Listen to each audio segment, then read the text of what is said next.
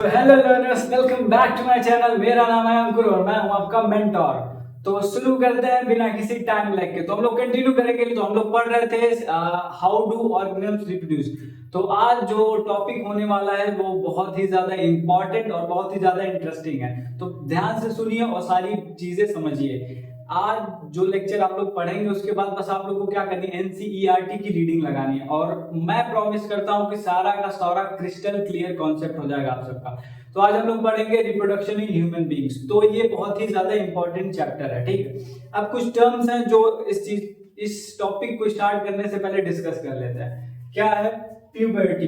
अब प्यूबर्टी क्या होता है? प्यूबर्टी एक ऐसा स्टेज होता है जब क्या होता है, हमारे रिप्रोडक्टिव टिश्यूज क्या होते हैं, ग्रो करने स्टार्ट हो जाते हैं या फिर मेच्योर हो जाते हैं। रिप्रोडक्टिवली हम लोग मेच्योर हो जाते हैं। इसका मतलब ये नहीं कि हम लोग जाकर रिप्रोडक्शन करने स्टार्ट करते हैं। इसका मतलब ये है कि हम लोग सेक्सुअली मेच्योर होते हैं, ठीक है। मेंटली मेच्योर नहीं होते हम लोग, सेक्सुअली मेच्योर होते हैं। तो डेफिनेशन देख लेते हैं।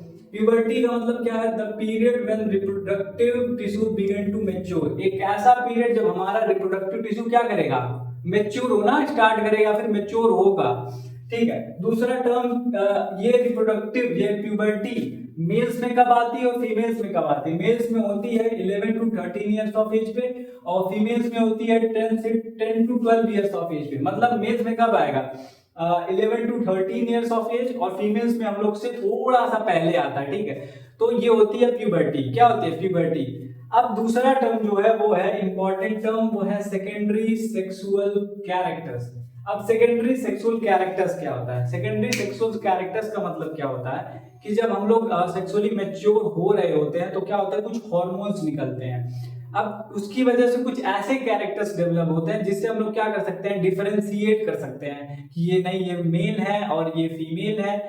तो वो डिफरेंशिएट हम लोग कर क्यों पाते हैं? क्योंकि हम लोग को कुछ सेकेंडरी सेक्सुअल कैरेक्टर्स दिखते हैं, कुछ कैरेक्टर्स विजिबल होते हैं जिनकी वजह से हम लोग क्या कर पाते हैं, डिफरेंशिएट कर पाते हैं। उसी को क्या कहते हैं, सेकेंडरी सेक्सुअल कैरेक्टर्स। अब मेल में कौन कौन से कैरेक्टर्स आते हैं, फीमेल में कौन कौन से कैरेक्टर्स आते हैं, वो देख लेते हैं हम लोग, ठीक है। तो मेल्स में क्या होता है, बीएड आना स्टार्ट हो जाता है। जैसे आप लोग देख सकते हैं बीएड आ चुका है, तो बीएड आना स्टार्ट हो चुका है और वॉइस जो होती है वो होती है क्रैक होने लगती है, ठीक है। और क्या होता है, रिप्रोडक्टिव ऑर्गन्स डेवलप्ड हो चुके होते हैं। हमारे जो रिप्रोडक्टिव ऑर्गन्स हैं वो पूरी तरीके से क्या हो चुके होते हैं, डेवलप्ड हो चुके होते हैं। और भी चीजें हैं, इतनी चीजें बस आप लोग को याद रखनी है, ठीक है। दूसरा क्या है, फीमेल्स में क्या होता है, इंक्रीज्ड ब्रीस्ट साइज। ब्रीस्ट का साइज क्या होता है, इंक्रीज हो जाता है। निपल्स के सर्कुलर में क्या होता है, डार्कनिंग होनी स्टार्ट होती है। और क्या होता है, जेनाइटल एरियाज में हेयर्स ग्रो करने स्टार्ट कर देते हैं। ये मेल्स और फीमेल्स दोनों होगा कि जेनाइटल एरियाज में क्या होंगे, हेयर का ग्रोथ होना। फीमेल्स में और क्या होगा, मेंस्ट्रुएशन स्टार्ट हो जाएगा। मतलब अगर जनरल वे में बोले तो पीरियड्स स्टार्ट हो जाएंगे। लड़कियों को क्या होता है, पीरियड्स आने स्टार्ट हो जाते हैं, मेंस्ट्रुएशन साइकिल क्या हो जाता है, स्टार्ट हो जाता है। और ये कब होगा, जब आप प्यूबर्टी की एज को हिट कर जाएंगे, ठीक है। और ये भी किस में आएगा, सेकेंडरी सेक्सुअल कैरेक्टर्स में आएगा। ये होता है ऐसे कैरेक्टर्स जिनकी वजह से हम लोग डिफरेंशिएट कर पाते हैं, ठीक है। आई होप दोनों टर्म क्लियर होंगे। अब हम लोग क्या करते हैं, मेल रिप्रोडक्टिव सिस्टम और फीमेल रिप्रोडक्टिव सिस्टम को डिस्कस कर लेते हैं। हर एक पार्ट को समझेंगे, हर एक पार्ट के फंक्शन को समझेंगे, ठीक है। बहुत ज्यादा डीप आपके 10th के लेवल पे है नहीं, पर जितनी चीजें हैं उन सारी चीजों को हम लोग कवर अप करेंगे, ठीक है। तो पहला है, हम लोग डिस्कस करेंगे मेल रिप्रोडक्टिव सिस्टम।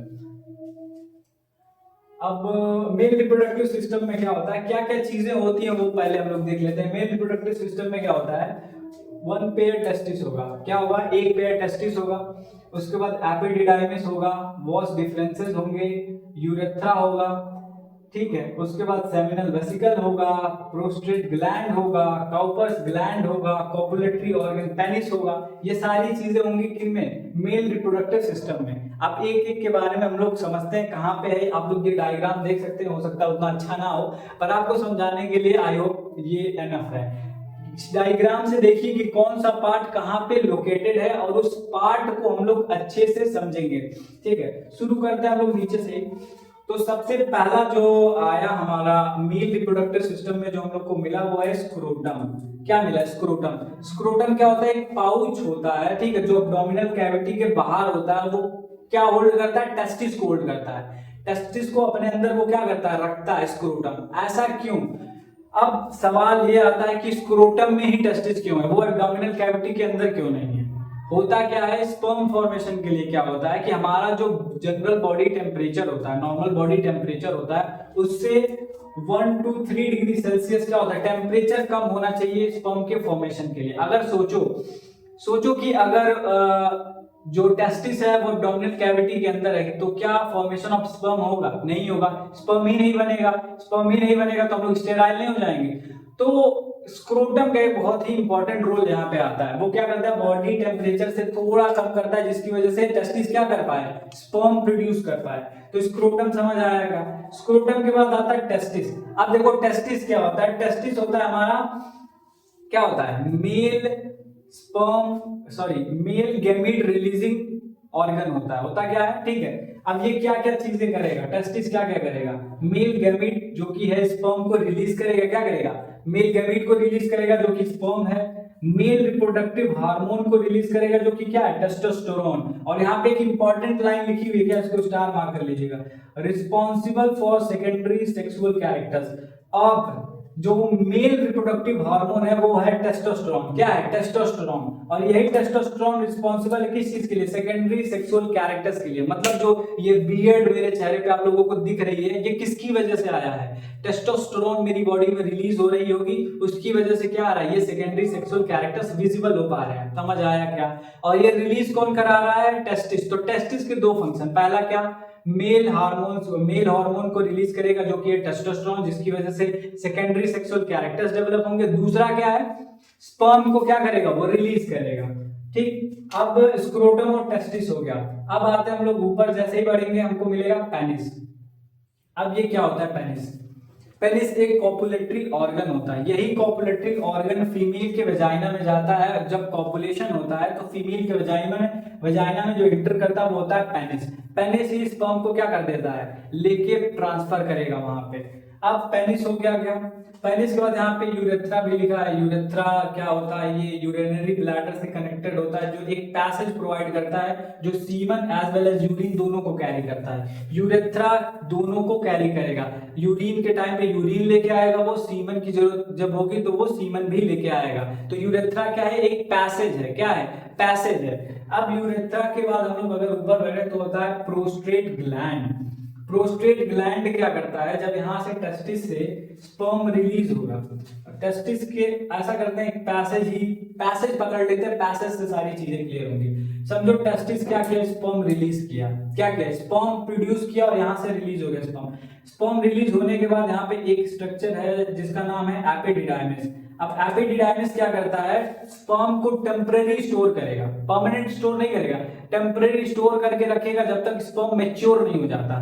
उसके बाद एपिडिडाइमिस से जो स्पर्म है यहाँ से निकलेगा और आएगा वॉश डिफरेंसेस में। वॉश डिफरेंसेस का काम भी पैसेज का ही है। तो वॉश डिफरेंसेस में आएगा, वॉश डिफरेंसेस से होते होते होते सबसे पहला जो इसको ग्लैंड मिलेगा वो कौन सा मिलेगा, सेमिनल वेसिकल।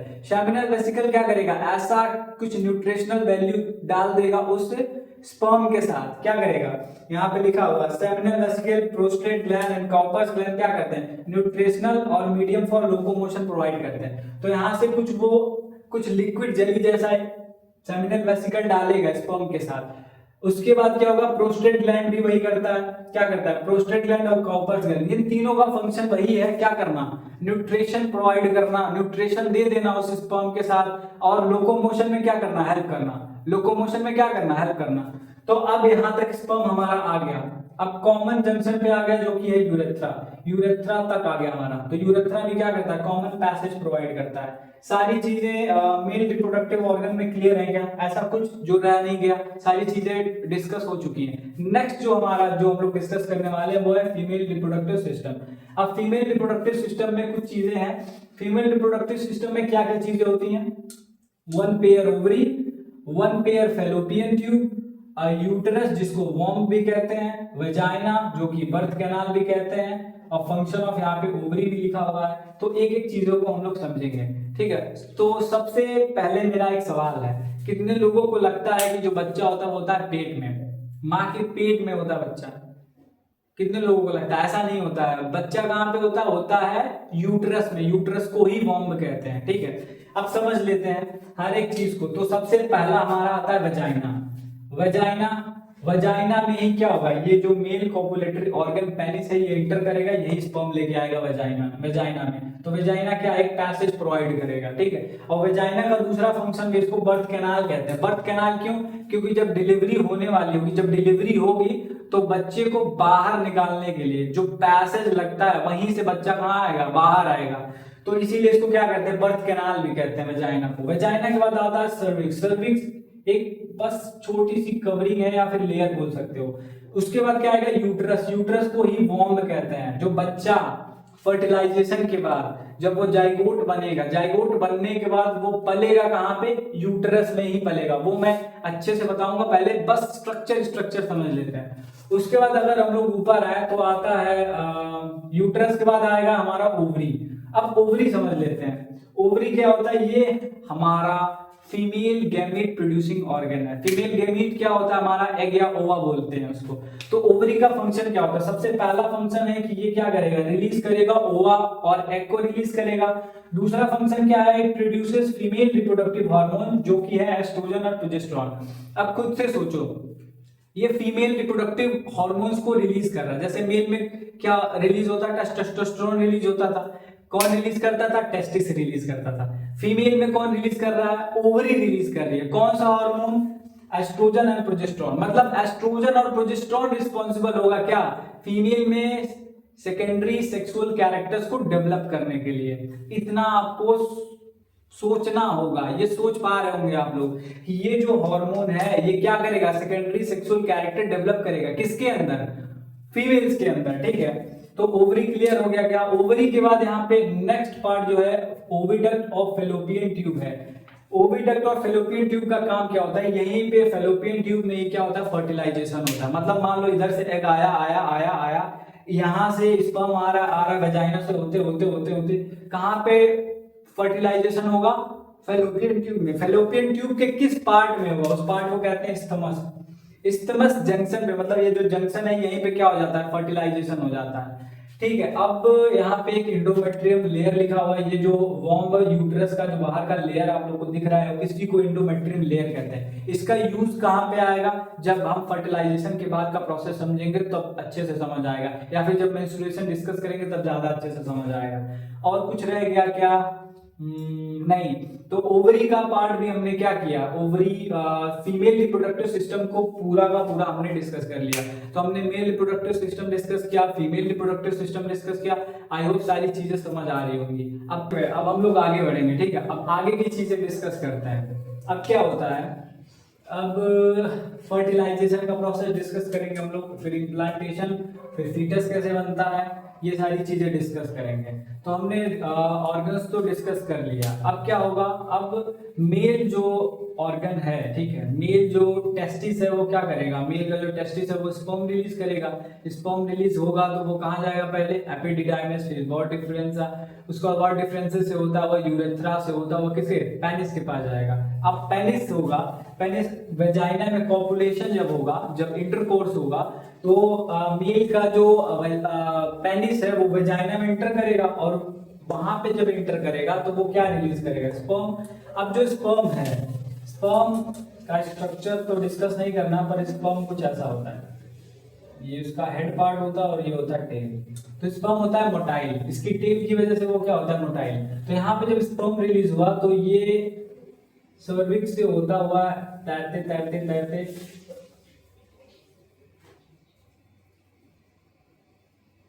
जब तक स्टमस जंक्शन पे पहुंचेगा, जो स्पर्म है होता है मोटाइल, जब तक वो फ्लोट करते करते करते करते तैरते तैरते क्या करेगा, स्टमस जंक्शन तक पहुंचेगा, तब तक ओवरी क्या करेगी, ओवरी क्या करेगी, यहाँ से एग रिलीज कर देगी।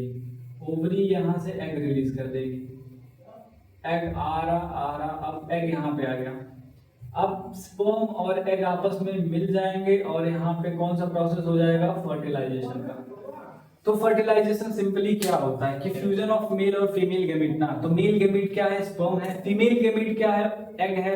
मेल और फीमेल गैमीट आपस में मिल गए और इसी को क्या बोलेंगे हम लोग, फर्टिलाइजेशन बोलेंगे। अब फर्टिलाइजेशन हमारा कंप्लीट हो गया। फर्टिलाइजेशन होने के बाद क्या होता है, इम्प्लांटेशन आता है। इम्प्लांटेशन क्या होता है, embedding of embryo into endometrium layer. Embedding का मतलब होता है धसाना। एम्बेडिंग का मतलब क्या होता है, धसाना।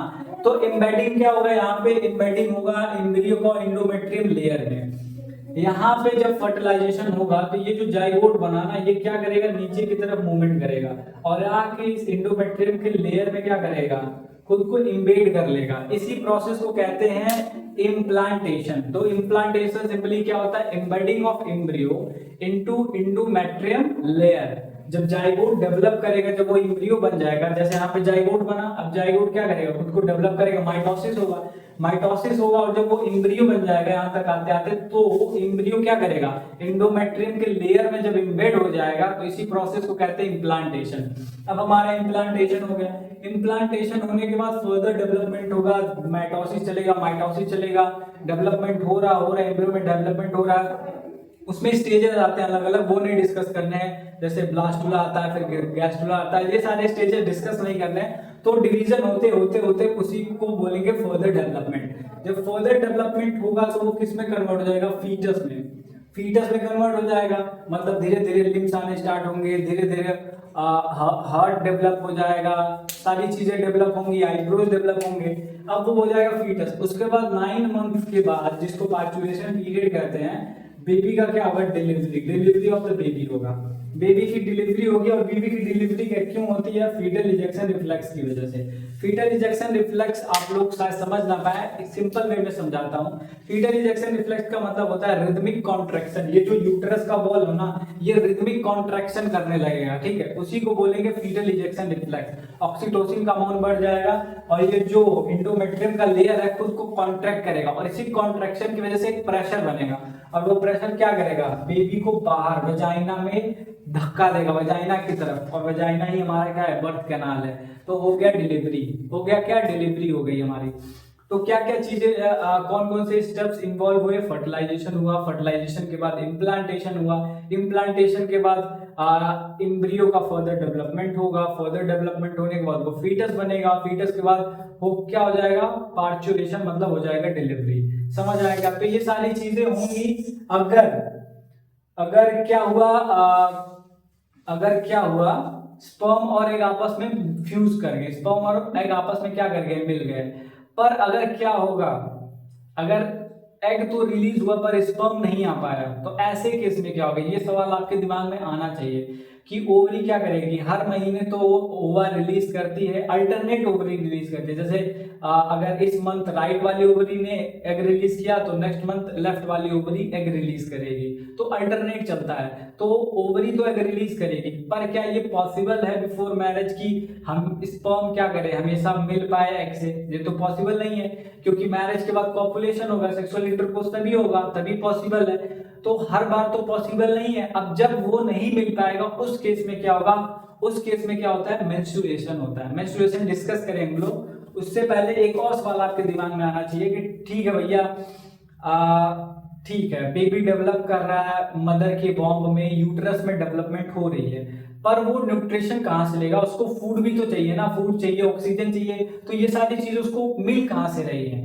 तो वो सारी चीजें उसको मदर के ब्लड से मिलती है। और कौन सा ऐसा पार्ट है जो उसको ये सारी चीजें पहुंचाएगा, उसका नाम होता है प्लेसेंटा।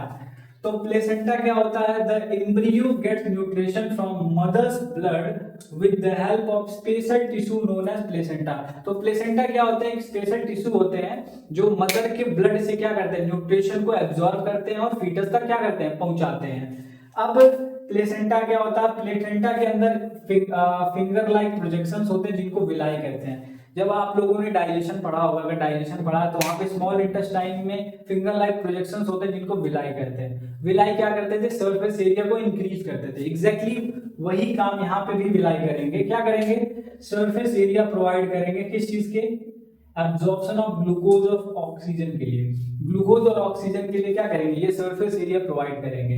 ये सिर्फ और सिर्फ प्लेसेंटा क्या करता है, प्लेसेंटा सिर्फ न्यूट्रिशन देने में हेल्प नहीं करता है। अब फीटस के अंदर जो वेस्ट बनेगा वो भी इसी के थ्रू मदर के ब्लड में जाएगा। तो जैसे प्लेसेंटा आप लोग देखे होंगे, अगर आप लोग मूवीज देखते होंगे, वेब सीरीज देखते होंगे, तो जब डिलीवरी होती है ना, तो उसके नाभि से जो एक पाइप जैसा जुड़ा होता है, वही होता है प्लेसेंटा।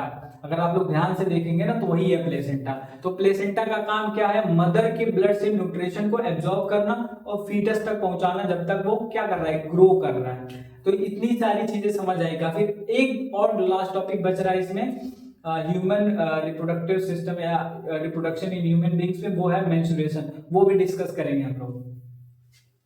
आगे बढ़ते हैं। अब एक लास्ट टॉपिक बचा है इस पार्ट का, वो है मेंस्ट्रुएशन। मेंस्ट्रुएशन कब होगा कि हर बार तो पॉसिबल नहीं है कि फ्यूजन हो पाए, हर बार तो स्पर्म नहीं आएगा। तो जब जिस कंडीशन में स्पर्म नहीं आएगा तो उस केस में क्या होगा, फर्टिलाइजेशन नहीं होगा।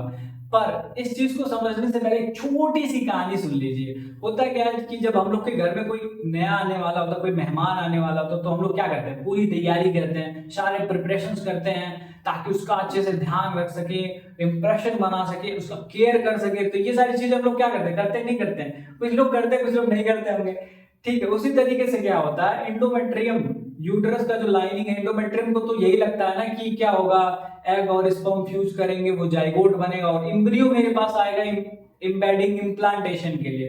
पर वो खुद को तैयार कर रहा है, वो क्या होता है, वो ब्लड लाइनिंग से भरा हुआ है, तो खुद को स्पॉन्जी कर रहा है, खुद को तैयार कर रहा है कि क्या होगा, ये जो एम्ब्रियो है आएगा मेरे पास और इम्प्लांटेशन होगा, फर्दर बेबी बनेगा, तो वो उसका ध्यान रखेगा। ऐसा इसके सपने ऐसा ही कुछ है। पर ऐसा होता नहीं है, हर बार तो ऐसा नहीं होगा।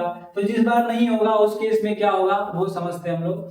होता क्या है कि उस केस में जब ऐसा नहीं हो पाता तो उस केस में मेंस्ट्रुएशन आता है। अब मेंस्ट्रुएशन क्या होता है, इसको पीरियड्स भी कहते हैं जनरली। तो मेंस्ट्रुएशन क्या होता है ये पूरा पढ़ लेते हैं हम लोग। It is the loss of blood. It is the loss of blood mucus along with unfertilized ovum and the ruptured cells of the endometrium through vagina is known as menstruation. कुछ समझ आया? आई होप समझ आया होगा, नहीं भी समझ आया होगा। तो होता क्या है कि अनफर्टिलाइज्ड एग, जो अनफर्टिलाइज्ड एग है मतलब फर्टिलाइजेशन तो नहीं हुआ है, तो अनफर्टिलाइज्ड एग जब इसके पास आएगा तो ये क्या होगा, बेचारा दुखी होगा। ये सोचा था कि एम्ब्रियो आएगा इसके पास, पर आया एग। अब ये हो गया भैया दुखी। जैसे अब हम लोग तो एक्सपेक्टेशन में है ना कि कोई खास रिश्तेदार आने वाला, तो उसके लिए पूरी तैयारी किए बैठे हैं, व्यंजन बनाए बैठे हैं कि आएंगे खिलाएंगे। पर लास्ट टाइम में पता था, कॉल आता है कि नहीं सॉरी हम आ नहीं पाएंगे, नेक्स्ट वीकेंड पे आएंगे।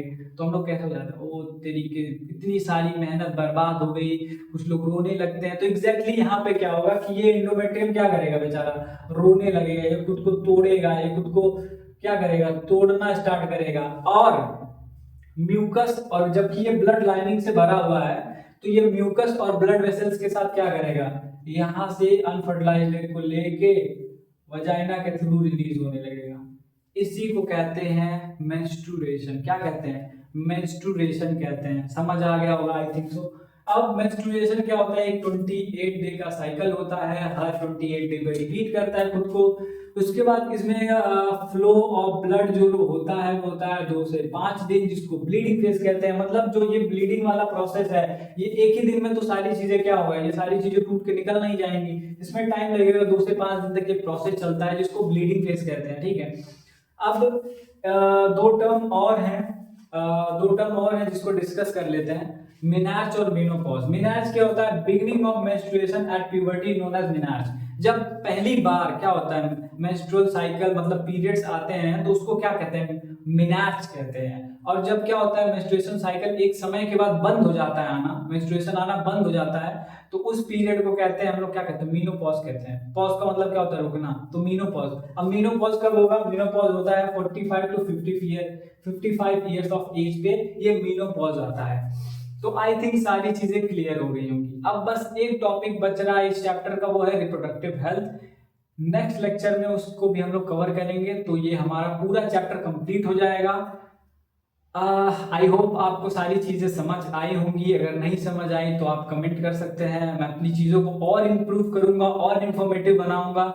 और अगर आप वीडियो पे नए हैं, अगर आप चैनल पे नए हैं तो प्लीज लाइक करिए, सब्सक्राइब करिए। Thank you so much, all the best.